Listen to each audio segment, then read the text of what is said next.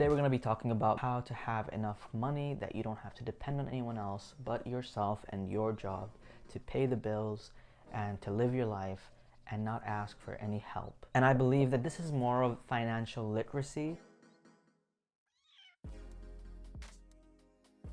I want you to get to a point where you're the one who's offering to help out. You're able to treat yourself while still having savings on the side, even on a very minimal salary. Now, first we're gonna start with jobs. Now, if you don't have a job because you've lost your job during this time, or you've just graduated and you still haven't found a job, etc. I was unemployed for a year after my graduation, more than a year actually, so I know what it's like. The most important thing, if you truly want to be financially independent, you've gotta be open to opportunities. We all have a dream job, a preferred job. Sure, you can still aim for it, but if you're in times like this where generally jobs are a bit uncertain, you've got to be open to opportunities. That means applying anywhere, because the thing is, once you get into a company, usually you have the opportunity to grow within the company, or at least get the experience to then in the future, if you find a position at another company, you have this experience and transferable skills. Don't be too picky, especially if you don't have much to choose from. Another way to be open to opportunities is to look out for these one-off jobs. I worked a lot of event jobs and I was trying to make things work, because before coming to Canada, I was in Malaysia for 3 months trying to find a job. So I was actually unemployed. I didn't just sit around and only spend my time applying and sending out resumes. I was on the lookout for one-off event jobs, and I would get paid a good amount for that day that would cover my meals for like at least a week, for example. Just be more aware of the opportunities that surround you, even if they're not full-time, even if it's a part-time gig, whatever it is. Don't feel that you are bigger than any job. You gotta do what you gotta do. If you want to be financially independent, you will do what it takes, and you will not give up just because something seems too tough. So be open to any opportunities that you can in the meantime until you get that preferred job in the future. Oh, and another thing, aside from being open to the opportunities that come around you, you also have to sometimes create opportunities. Before I came to Canada and I was in Malaysia, and then basically what had happened was that the time on my social visa was ending, so I had to leave the country and come back in, or so I thought. A whole other story. When I was on the way to Indonesia, I literally was sitting on the plane writing down things I could do to be earning money, to create my own source of income, even if I'm not formally employed.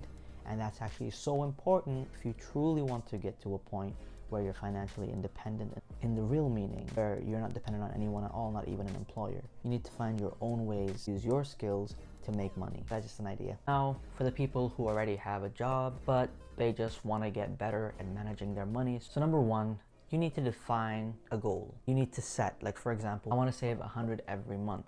So I would know before my next allowances how much I have, and that by the end of this month, I should have 100 on top of what I have already. This is how I could make sure that I'm keeping to my goal. So decide what goal you want. Setting this goal gives you something to direct the way you're spending your money. Instead of living every day as it comes, paying as you please, you can from the start of this month actually put that money aside, for example. Or you can watch your bank account as the month goes and be like, oh, okay, I'm getting close to that minimum amount I said. Let's watch our spending. Let's budget, which is the next point, budgeting.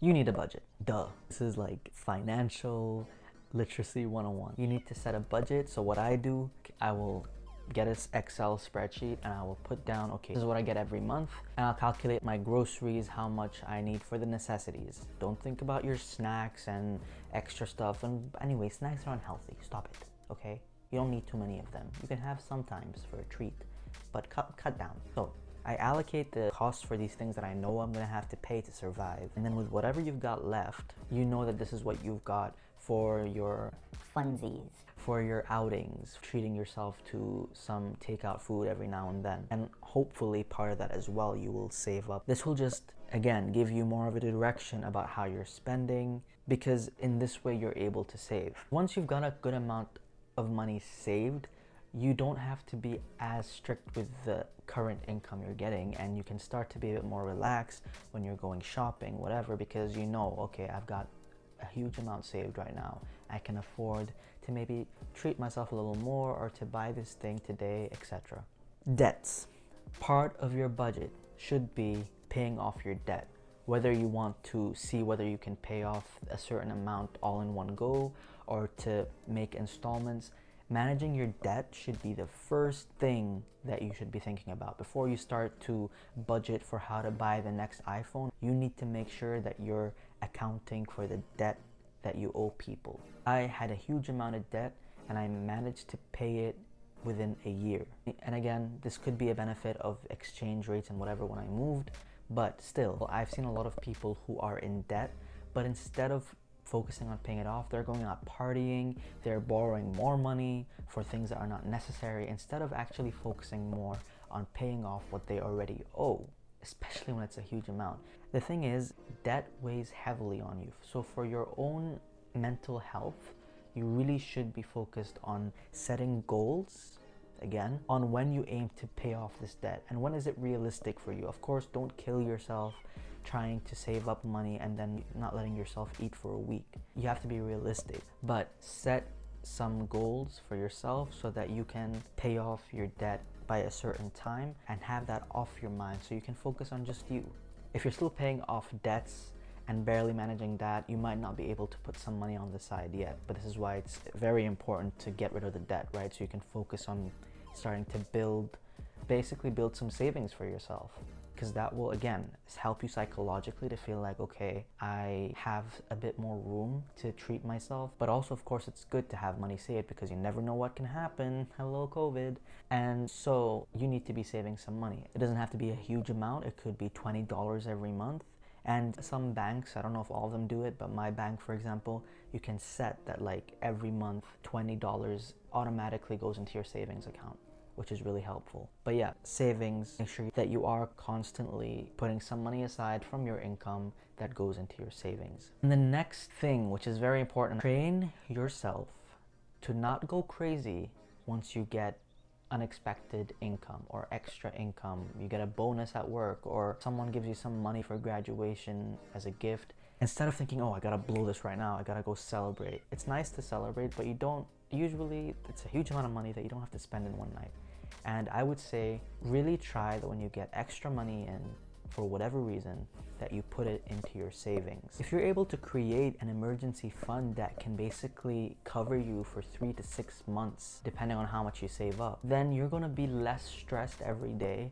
You're gonna be less likely to get into debt because you have that money ready to use if you need to. But then also, in the case that you lose your job for whatever reason or an unexpected payment comes in, God forbid, you get into a car accident and now you've got some damages to take care of, etc., you're not as stressed out as you could be because you feel financially supported by yourself, by the money that you have been collecting on your own. It's kind of like that thing where it's like, don't wait till you're thirsty to fill up the well, right?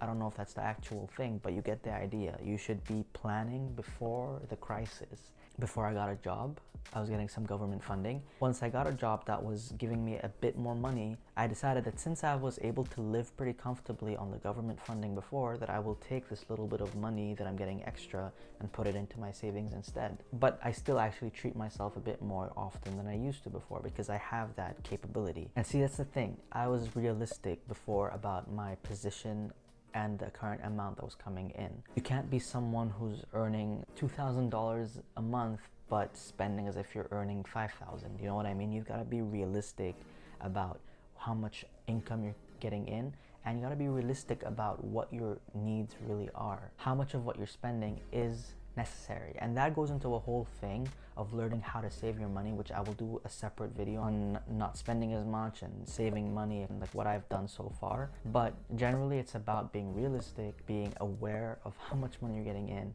and being aware of how much you're spending and making sure that those align, making sure that you're not out there spending money when you've got a debt to pay off, because that's not going to go away. I would rather hold back on nights out or eating out for 2 months or 3 months if it meant that I can get rid of a huge amount of debt. So yeah, in the end, this video is more about things to keep in mind when you're still looking for work and how you need to change your mindset to be closer to achieving some financial independence. But also it's more about financial literacy. If you find that you have an income that someone else is living off pretty well, but you seem to be not making it, you need to reassess. You need to be smart with where you put your money. This might mean that at your current salary level, maybe you shouldn't be living somewhere where you're spending 3/4 of your salary. If you want to get to a point where you can go to the grocery store and not be calculating every little thing, you need to have savings. You need to have an emergency fund, because that will put your mind at ease that even if you spend an extra $30 today, it's not going to make as huge of a dent in your bank account than it should. I am not earning a whole lot at this moment. I am working at minimum wage, but I take certain steps and certain precautions that I have put into practice ever since 3, 4, 5 years ago. And that is helping me to still be in a good place right now. And that's what I want for you. And honestly, you don't need to be earning 6 figures, 7 figures to live a good life. You can live that good life on a normal salary, but just manage your money better. So that being said, my points kind of all went into each other because money is all linked together, but I hope that that helped a bit. I'll also be eventually posting a video on some life hacks to really save some money and to be able to watch your spending but still have some luxury, which I've been able to achieve in the past 10 months here as an immigrant in Canada on a very, very minimal allowance. So yeah, subscribe if you want to see that stuff, like and leave a comment below about your thoughts on this. And that's it for today's video. I will see you pretty soon actually.